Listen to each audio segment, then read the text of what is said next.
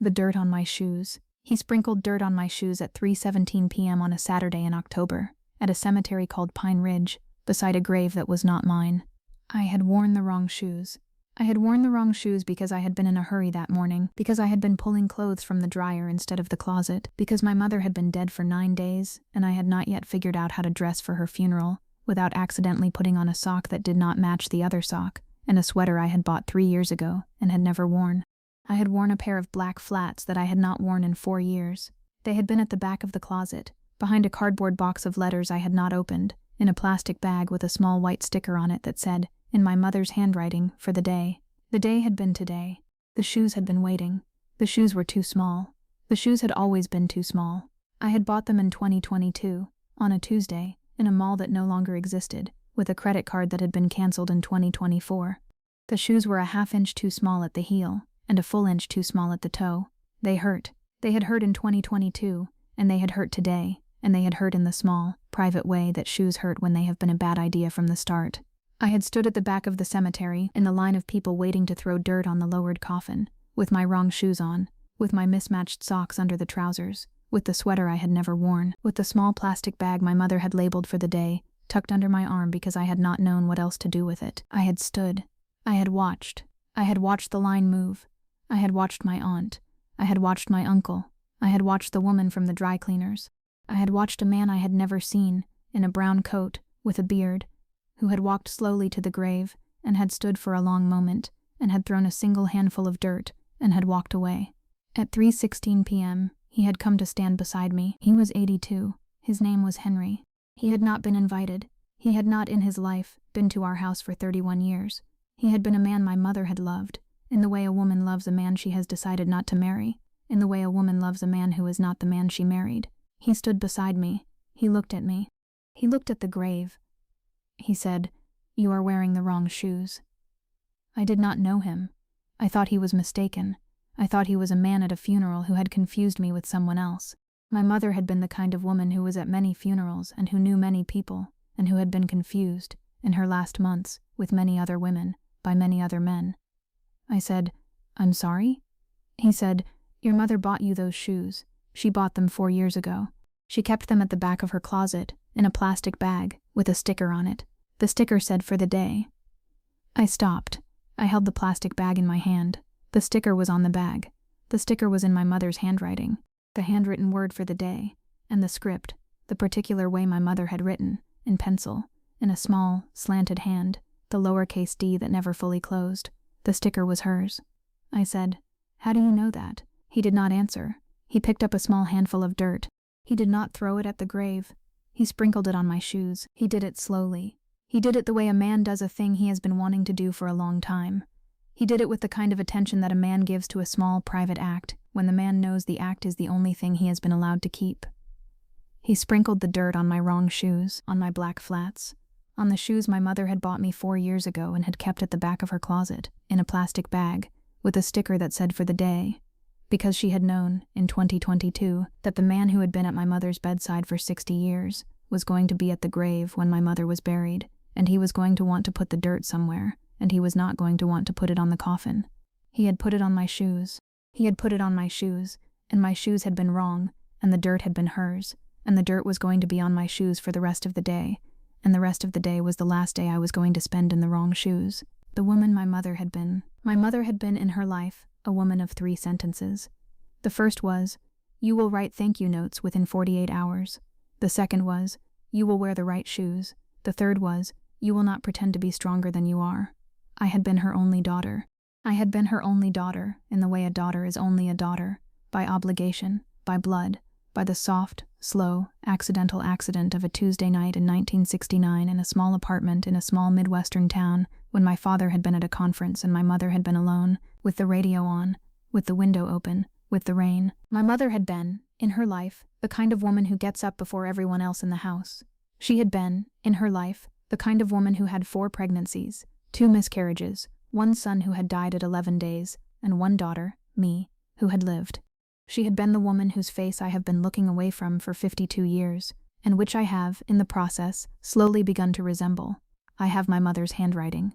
I have my mother's left eye twitch. I have my mother's way of holding a fork. I have my mother's way of saying a thing I do not mean in a voice I do. The way my mother had done, in the kitchen, in the small apartment, in the years after my brother died. I was 52 when my mother died. I was 52 and I had been her daughter for 52 years, and I had been, in those 52 years, a woman who had called her mother every Sunday at 4, who had sent her mother cards on her birthday, who had sent her mother flowers on Mother's Day, who had not, in any of those 52 years, been the daughter my mother had been waiting for. My mother had been waiting for the kind of daughter who is not afraid. My mother had been waiting for the kind of daughter who knows what to do with the wrong shoes. My mother had been waiting for the kind of daughter who knows, on the day of her mother's funeral, in the line of people throwing dirt, what to do with the dirt, where to put it, what it means. I had not known. I had stood in the line with the wrong shoes and the plastic bag and the sticker that said for the day, and I had not known what to do with any of it. And a man who had not been invited, who had not been to our house in 31 years, who had been a man my mother had loved, had stepped into the line at 3:16 p.m. and had put the dirt on my shoes, and the dirt had been the sentence he had been trying to give me, the sentence my mother had been trying to give me, the sentence my mother had written on a sticker in 2022, and had put on a plastic bag, and had put at the back of the closet, and had been saving for me ever since. The man who had not been invited. Henry was 82. He had been a friend of my mother for most of her life. He had been a friend of my mother the way a man is a friend of a woman, when the woman has been alive for 60 years, and the man has been alive for 82, and the two of them have been in the same room, in a kitchen, in a library, in a hospital, in a park, for most of those years. He had not been a lover. He had been a friend. He had been the kind of friend a woman keeps when the woman is married to a man who is a difficult man, and the woman has a friend who is not a difficult man, and the friend is the kind of friend a woman keeps in the back of the closet, in a plastic bag, with a sticker on it. I had been 8 when I had seen Henry for the first time. I had been in the kitchen of our house at 6:42 p.m. on a Tuesday, in July, and a man had come in the side door and had kissed my mother on the cheek and had said, "How is the girl?" And my mother had said, "She is 8 and full of questions." And the man had said, "Good, never lose the questions." And he had handed me a small brown envelope with $5 in it, and he had gone. I had been 8. I had not known who he was.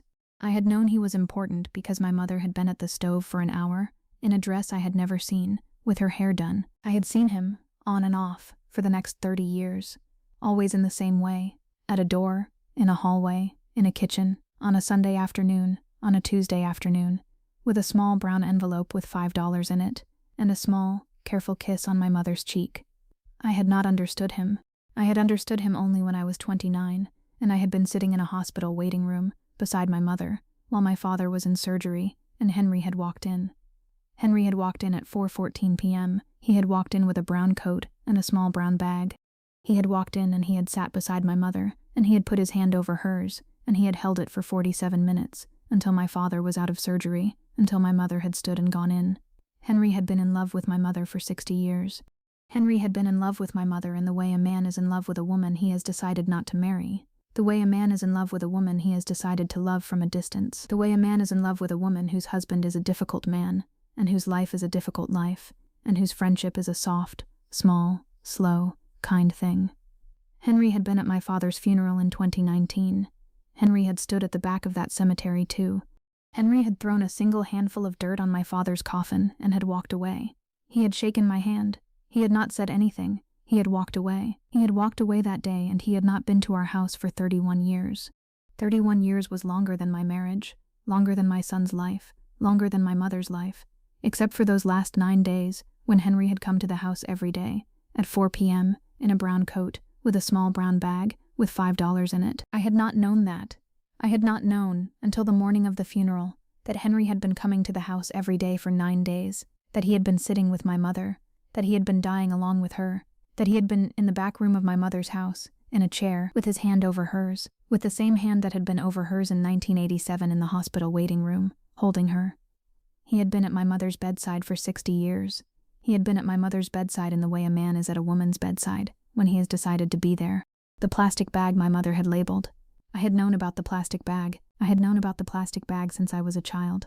I had known there was a plastic bag at the back of my mother's closet, behind the box of letters I had not opened, with a sticker on it that said for the day.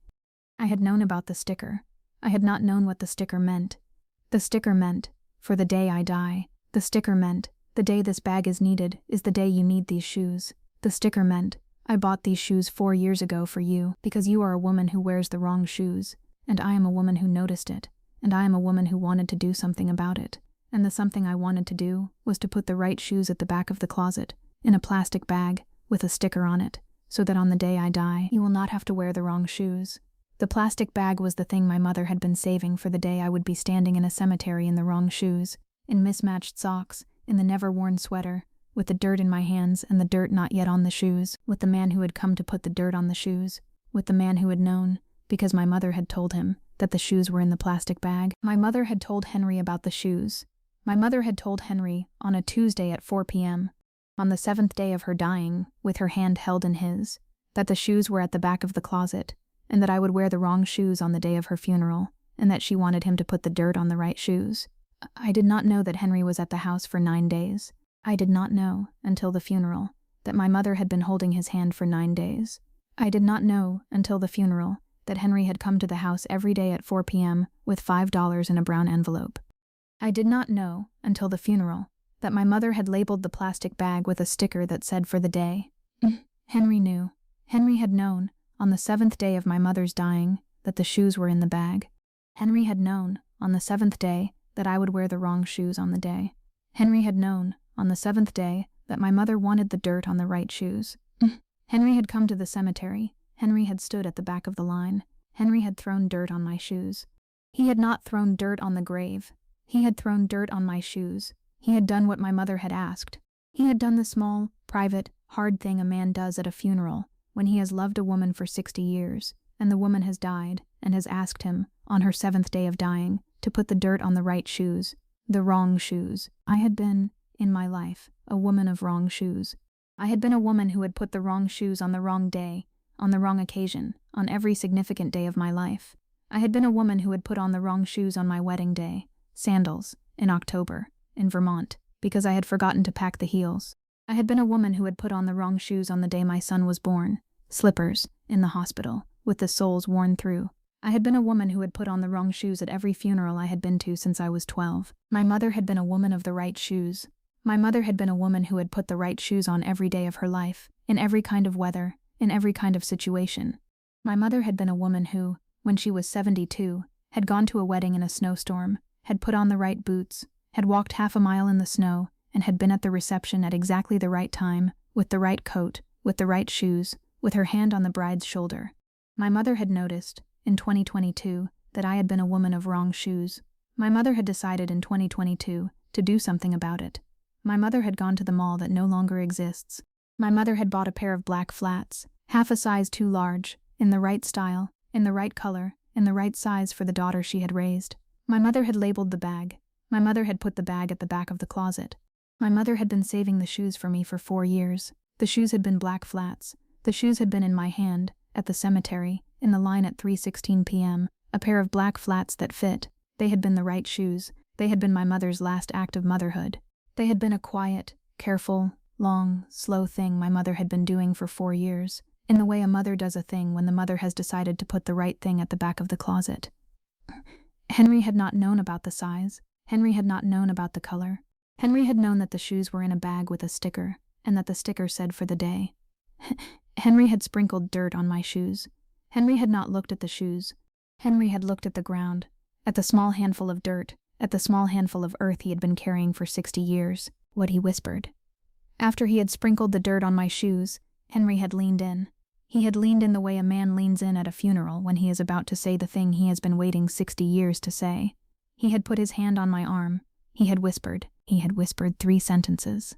I had been standing at the back of the cemetery, with the dirt on my shoes, with my hand at the dirt, with the plastic bag in my other hand, with the sticker that said for the day, with the wrong shoes throwing the dirt onto my socks, with my son somewhere behind me, with my husband somewhere behind me, with the line moving, with the grave being filled, with my mother going down. He had whispered. She bought the shoes because she thought you would wear the wrong ones. She made me promise to put the dirt on the right ones. She said you would understand what that meant. He had held my arm for a few more seconds. He had looked at me with the small look of a man who has done the thing he was asked to do, and who has decided that the thing he was asked to do was the most important thing he has ever been asked to do in his life. I had looked at him. I had looked at him the way a woman looks at a man when she has just learned, on the day of her mother's funeral, that her mother has been saving the right shoes for 4 years, and that the man has been saving the dirt for 60, and that the two of them had made a small, private plan for me, for today, for the cemetery. He had let go of my arm. He had turned. He had walked back into the line. He had taken a small handful of dirt. He had for the first time thrown some on the grave. He had walked away. I had stood at the back of the cemetery, with the dirt on my shoes, with the plastic bag in my hand, with the sticker that said for the day, with the wrong shoes in my hand. I had taken them off at some point while he was whispering, and I had been standing in my socks in the cemetery, with the dirt on my feet. I had stood in my socks for a long time. I had stood there with the dirt on my feet, in my socks, with my son's shoes too big on me, with my own shoes in my hand, in a plastic bag, with the sticker, the small sticker, in my mother's handwriting, the lowercase d that never fully closed. I had stood there, and I had heard, for the first time, the 3 sentences my mother had given Henry to give me. The first sentence: "She has been watching me for 52 years, and she has noticed that I wear the wrong shoes." The second sentence: "She has been saving the right shoes for 4 years, in a plastic bag, at the back of the closet, with a sticker that says for the day, because she is my mother, and because mothers do this, and because mothers do not stop doing this until they die, and because dying is not a reason to stop doing this." The third sentence: "She has been, for 60 years, asking a man she has loved to put the dirt on the right shoes on the day she dies." The 3 sentences were the 3 sentences my mother had given Henry to give me. The 3 sentences were my mother's plan. The 3 sentences were my mother's last act of motherhood. The 3 sentences were the last thing my mother did. I had understood, on the dirt, in the socks, what the dirt meant. I had understood, on the dirt, in the socks, what the shoes were. I had understood, on the dirt, in the socks, what Henry had been doing at the cemetery, at 3:16 p.m., for 60 years. The dirt was the language my mother had chosen. The shoes were the words. Henry was the translator. The cemetery was the page. I had been, in my life, a woman who had been waiting to be told what the dirt meant. I had been, in my life, a woman who had been waiting to be told, on the day of my mother's funeral, by a man who had loved my mother for 60 years, that the dirt on my shoes was not dirt. The dirt was a sentence. The dirt was my mother's last sentence. What the dirt meant. The dirt was not dirt. The dirt was a sentence my mother had been writing for 60 years, in the back of her closet, in the shoes she had bought for me in 2022, in the sticker she had put on the plastic bag, in the man she had loved and had not married, in the funeral she had planned and had not been at. The dirt was a sentence that said, "I have seen you, my daughter, for 52 years. I have seen the wrong shoes. I have seen the mismatched socks. I have seen the wrong coat on the wrong day, the wrong word at the wrong time, the wrong thing in the wrong place. I have seen you do this in big ways and in small ways. I have seen you do this in your wedding and at your son's birth and at every funeral since you were 12. I have seen you, my daughter, and I have not said anything. I have not said anything because I have been waiting. I have been waiting for you to see what you are doing. I have been waiting for you to put on the right shoes, on the right day, in the right way. I have been waiting for you to see that the right shoes are the small things, not the big things, that the small things are what make a woman, that the small things are what make a daughter." The dirt was a sentence that said, "The right shoes were at the back of the closet. I put them there. I put them there 4 years ago. I planned for the day. I planned for the day I would die. I planned for the day you would not have to wear the wrong shoes. I planned, in my last year, with the help of a man who has loved me for 60 years, for this small, careful, slow thing I could still do for you." The dirt was a sentence that said, "I have not been the only one watching you. Henry has been watching you. Henry has been watching you since you were 8. Henry has been watching you put on the wrong shoes since you were 8. Henry has been watching you put on the wrong shoes at every funeral, at every wedding, at every significant day of your life. Henry has been watching you the way a man watches the daughter of the woman he has loved for 60 years. Henry has been watching you the way a man watches the daughter of the woman he has loved, patiently, from the back of the room, with a small handful of dirt, with the courage to do the small thing at the small moment. The dirt had been for 60 years, in a small bag, at the back of a closet, in a plastic bag, with a sticker on it. The dirt had been for the day. The dirt had been for today. The dirt had been for today. The dirt was on my shoes. The dirt was on my socks. The dirt was on my feet. The dirt was on the ground, where my mother had wanted it to be, where Henry had put it,